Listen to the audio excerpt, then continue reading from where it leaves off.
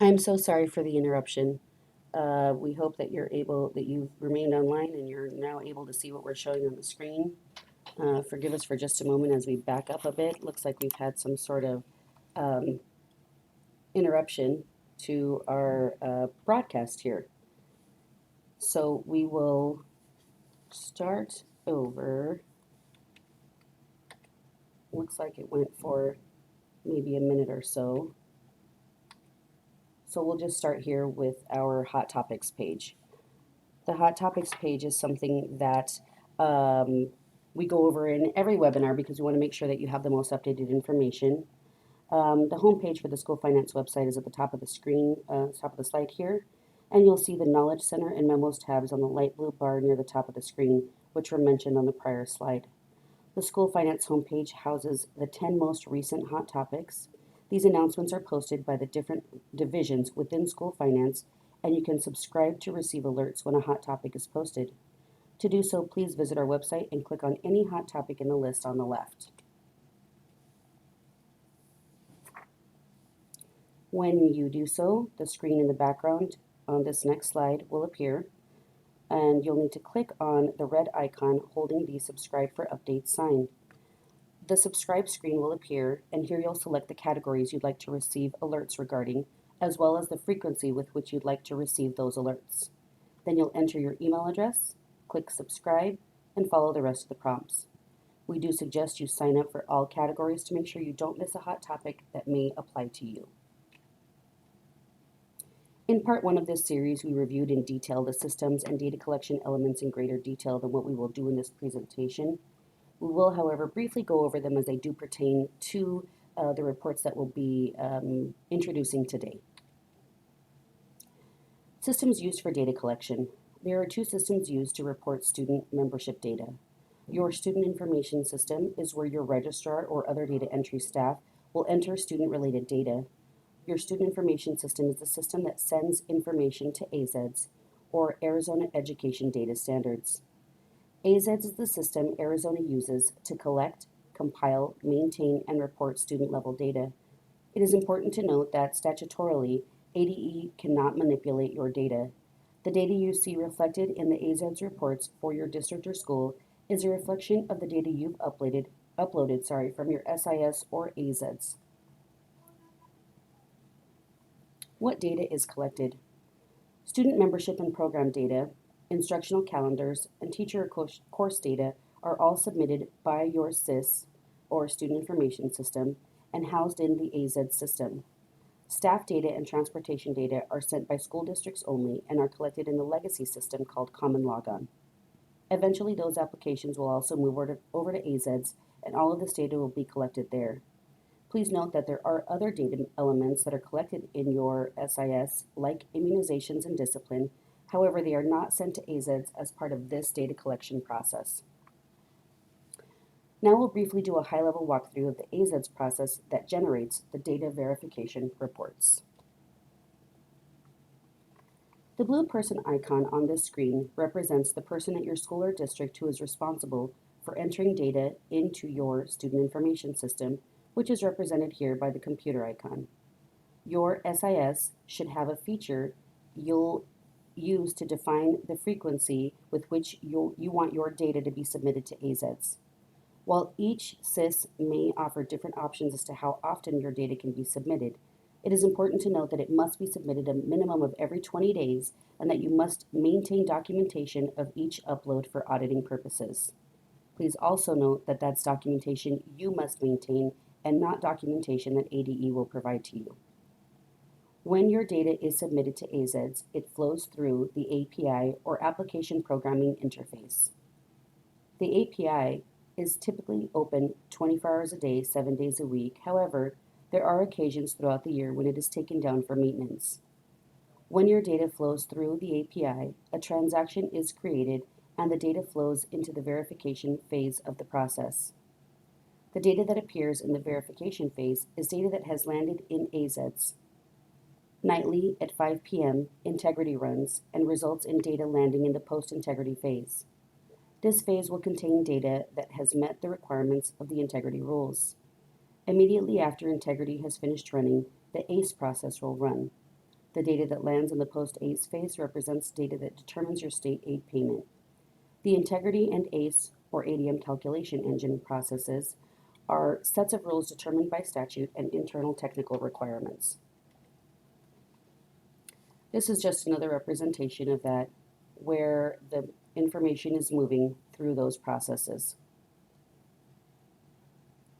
A report, it is important to know the source of all of the reports. A report is generated every time your student data interacts with a process in AzEDS.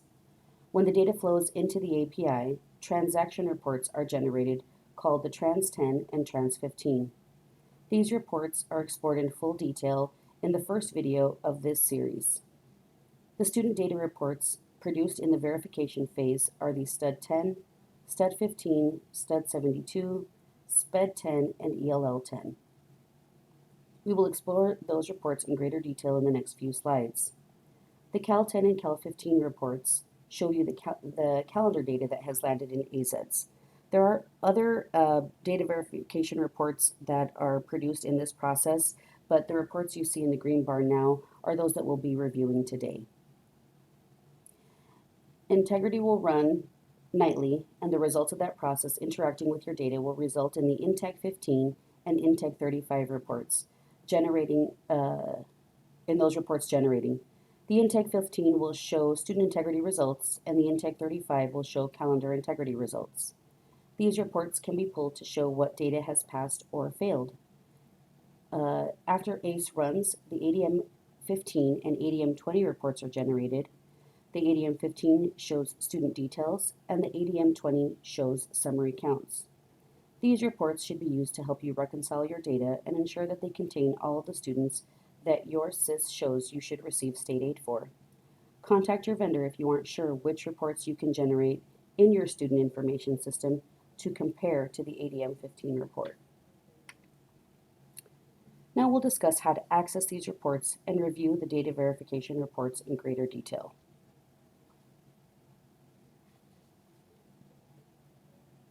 The reports are located in ADE Connect. On the top right-hand side of the ADE website, there is a link for ADE Connect. You must have access to ADE Connect to run these reports. When you click on that link and log in, you'll have access to all of the applications that you've been given permission to interact with. If you do not have an ADE Connect account, contact your entity administrator. Additional details on finding your entity administrator can be found in the first video in this series. Once you've logged in to ADE Connect, you'll click on the link to the AzEDS Portal. When you reach the AzEDS Portal, it's important to stop and look over the System Status page.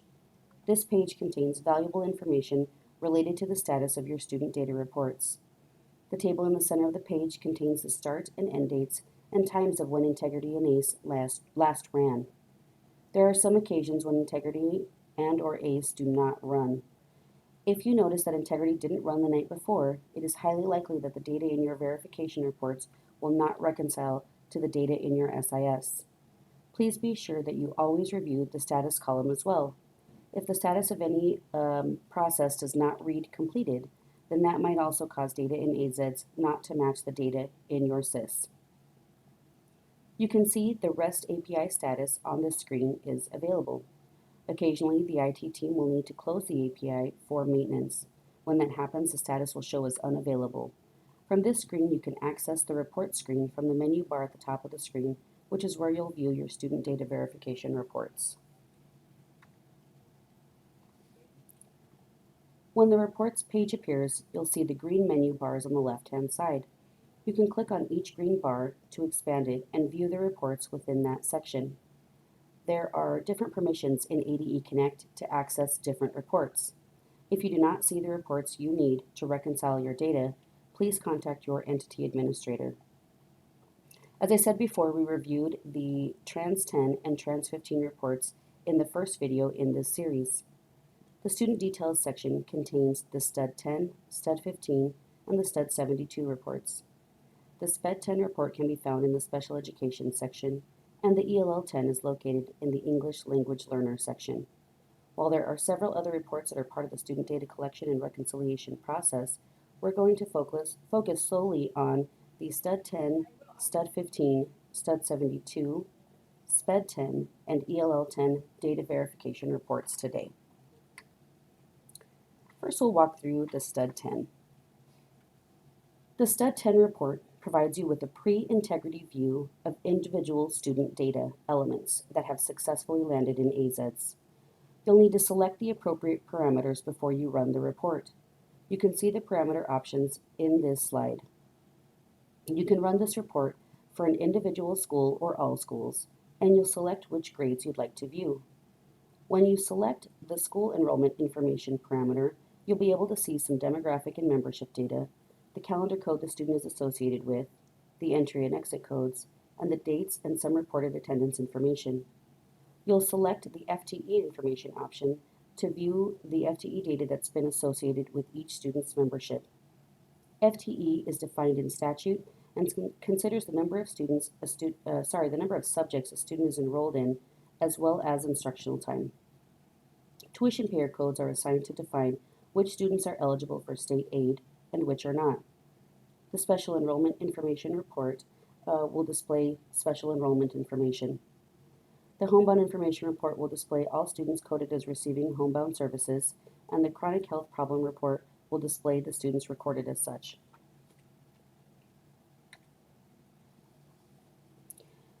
You'll note that when you run each report, the header information displayed will change.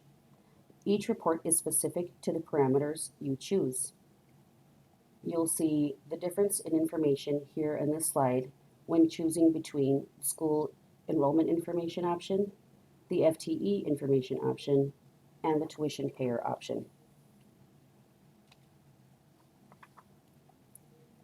The ADE AzEDS team has created a QRG or quick reference guide to accompany each report that is available in the AzEDS Portal. You can locate these guides by visiting the website at the top of this screen. Each QRG provides you with the report description, as well as a breakdown of the report parameters. To learn more about the Stud 10 report, please visit the website on this screen and locate the Stud 10 QRG. This QRG is a bit outdated and will be updated by the AzEDS team. However, it does still provide valuable information regarding some of the report parameters. Now we'll move on to the Stud 15. The screenshot at the top of this page again shows the parameters you'll select from in order to run your Stud 15 report. You can choose an individual school or all schools, and an individual grade or all grades, and you can choose whether or not you'll include summer withdrawals. In the second screenshot, you can see the header of each of the data elements that are displayed in this report. The Stud 15 report shows many of the details found in the Stud 10 reports, but combined into one report. This pre-integrity report combines some demographic data with the FTE, tuition payer, and special enrollment information. It also displays some attendance data and the calendar code associated with each student. This report is typically used by data coordinators when they want to view all of these data elements in one location rather than on separate reports. Again, the AzEDS team has created a QRG for the Stud 15. You can use this guide to help walk you through the parameters available in this report. The QRGs can be very helpful, and we highly suggest you take a look at each that pertains to the reports you'll use in the student data verification process. This QRG is not currently linked to the report in the AzEDS portal because it is being modified to include the change from the previous term associated with calendars of track to what's currently used, calendar code. While it is not linked, you can still view the QRG at the website on the top of this slide. The Stud 72 report.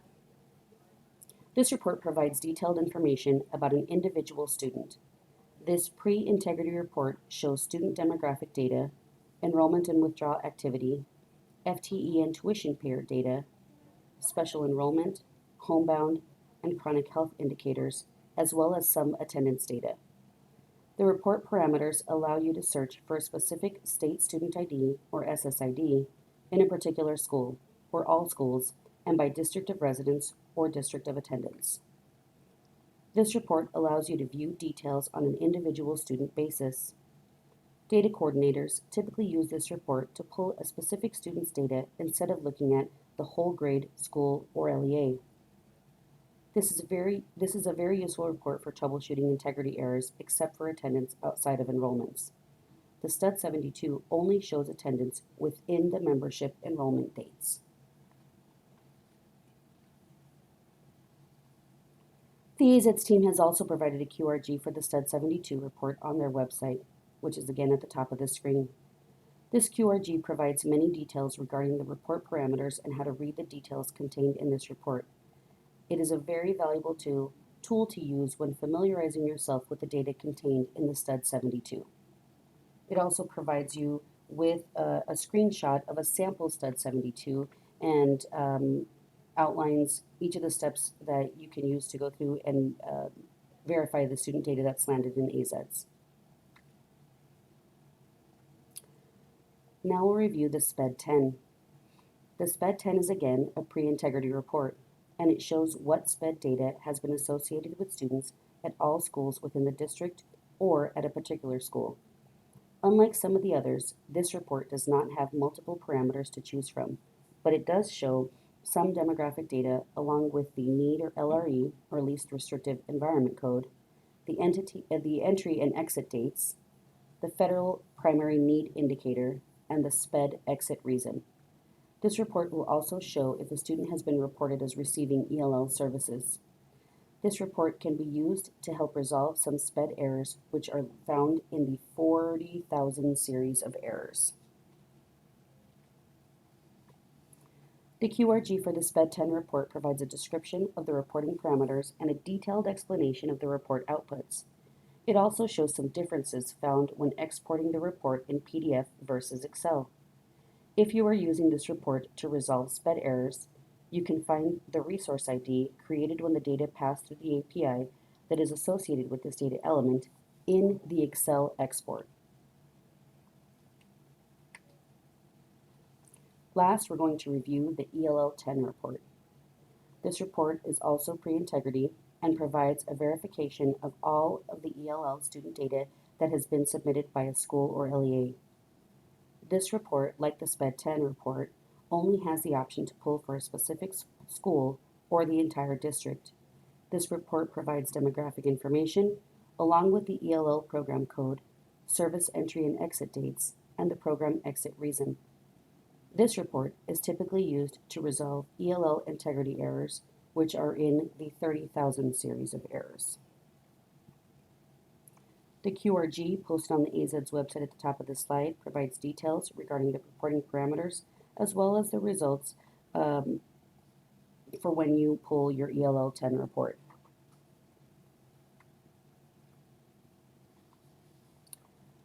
Let's talk through some troubleshooting that you can do to help resolve issues during the student data verification process. All of the reports we reviewed in detail today are pre-integrity reports. They are a reflection of the data that has been received in AzEDS from your student information system. We have not run this data through any integrity or ACE rules yet. So if there is data missing, you should review your Trans 10 report to see whether or not your transactions are landing successfully in AzEDS. If they are not, please contact your vendor, which is the company that provides your student information system, and they will help you resolve the issue. You can also review your Trans 15 report. This report shows whether or not you've submitted all the required fields for the data that you are trying to upload, change, or delete. When you are reviewing your Trans 15 report and see failed transactions with an ID in the 400 or 500 number range, you'll most likely need to contact your vendor to resolve those issues. You can also, of course, contact the analyst team in school finance regarding questions on these reports. Please be sure that when you are sending an email to the SF analyst team that you include student IDs and screenshots for questions regarding specific errors you are trying to resolve.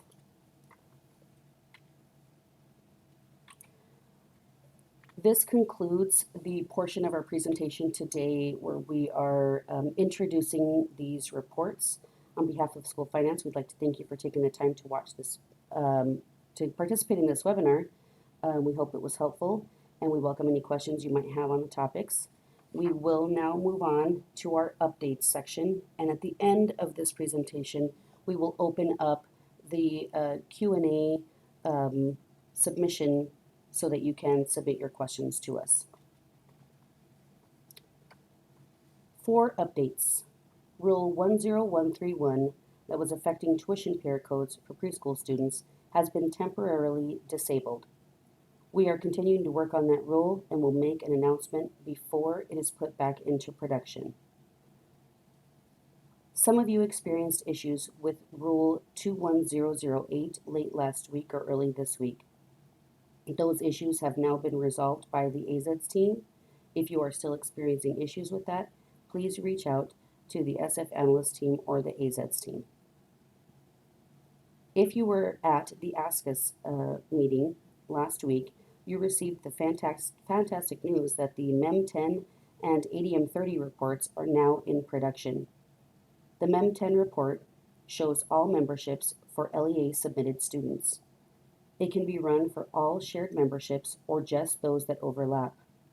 The ADM30 report shows a summary of regular ADM data and can be run for a particular school or the full district, showing ADM by DOR, DOA, what was submitted, or all, and can be run as limited or pre-limited. That concludes our school finance updates. Now we will move on to the Q&A section.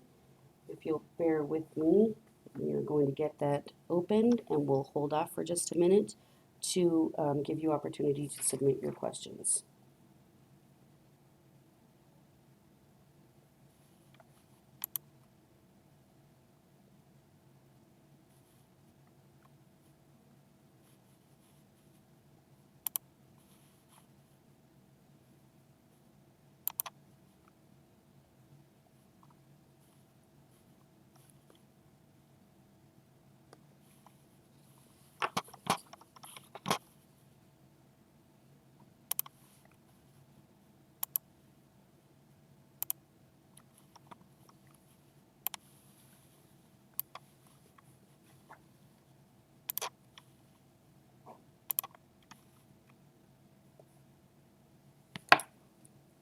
You'll notice that a new bar has appeared at the top of the screen here. This is the site that you'll need to go to in order to submit your questions. We'll pause here and hold off for just a minute or two and wait while those questions start to roll in. For those of you who are choosing to log off now, we'd like to thank you again for participating in this webinar. We hope you found it useful, and we would like to welcome all of your feedback. We want to make sure that this series of presentations is found useful to new users or as a refresher to current users. We want to make sure that what we're providing to you is information that you can use to help you with your student data verification and reconciliation of data.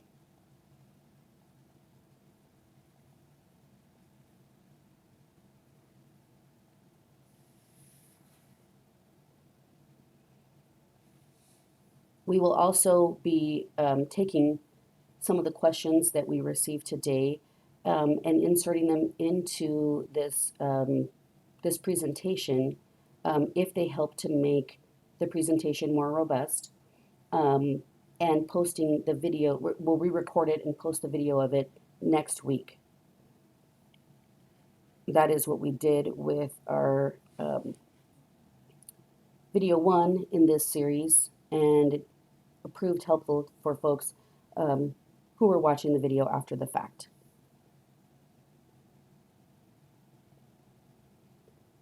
We are not seeing any questions pop up as of now. We'll hold off for just another minute or so.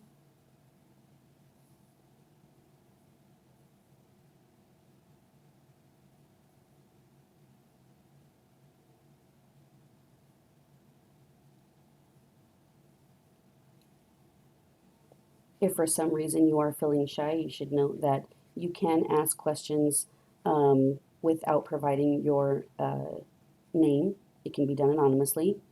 You are also welcome to email questions about this presentation or any other school finance topics to sfanalystteam@azed.gov.